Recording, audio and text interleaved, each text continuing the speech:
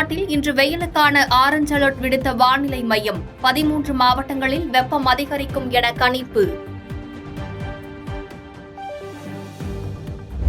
தமிழ்நாட்டில் 17 இடங்களில் 100 டிகிரி ஃபாரன்ஹீட்டை கடந்து பதிவான வெப்பநிலை. தருமபுரியில் 48 ஆண்டுகளுக்கு பிறகு 108.5 டிகிரி ஃபாரன்ஹீட் வெயில் சுட்டெரித்தது. வெயில் சுட்டெரித்த வேளையில் தருமபுரி மற்றும் ஏற்காடு உள்ளிட்ட இடங்களில் லேசான மழை. திருப்பத்தூரை குளிர்வித்த ஆலங்கட்டி மழை.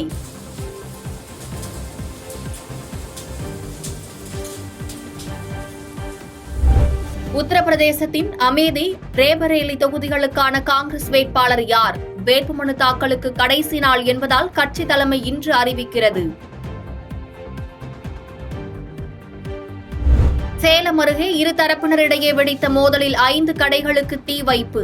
19 பேர் கைது. கலவரத்தை கட்டுக்குள் கொண்டு வந்த காவல்துறை.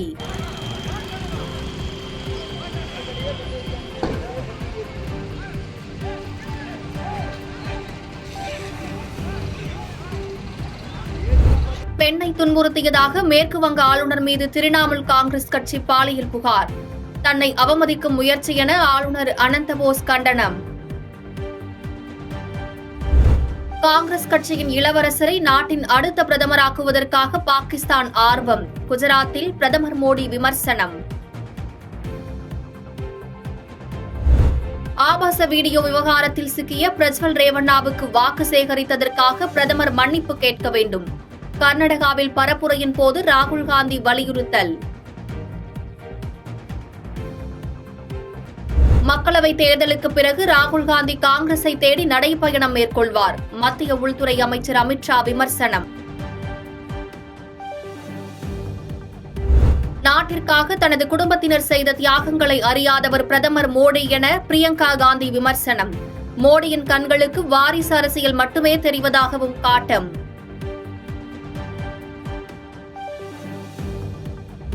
கோவாக்சின் தடுப்பூசி பாதுகாப்பானது என பாரத் பயோடெக் நிறுவனம் விளக்கம்.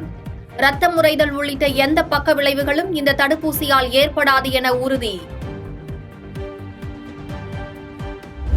கோவிட்ஷீல்டு தடுப்பூசி செலுத்திக் கொண்டவர்கள் பாஜகவுக்கு எதிராக வாக்களிப்பார்கள் என அகிலேஷ் யாதவ் விமர்சனம்.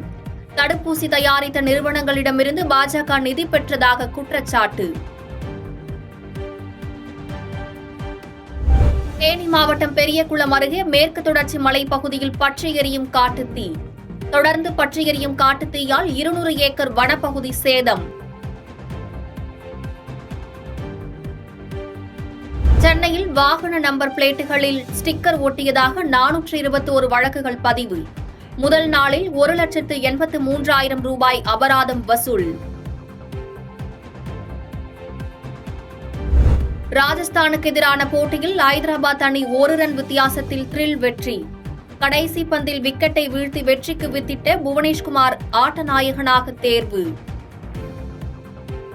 பாதகம் செய்பவரை கண்டால் நாம் பயங்கொள்ளலாகாது பாப்பா. மோதி மிதித்து விடு பாப்பா, அவர் முகத்தில் உமிழ்ந்து விடு பாப்பா. அண்மை செய்திகளை உடனுக்குடன் தெரிந்து கொள்ள இணைந்திருங்கள் இயம்நாடு தொலைக்காட்சியுடன்.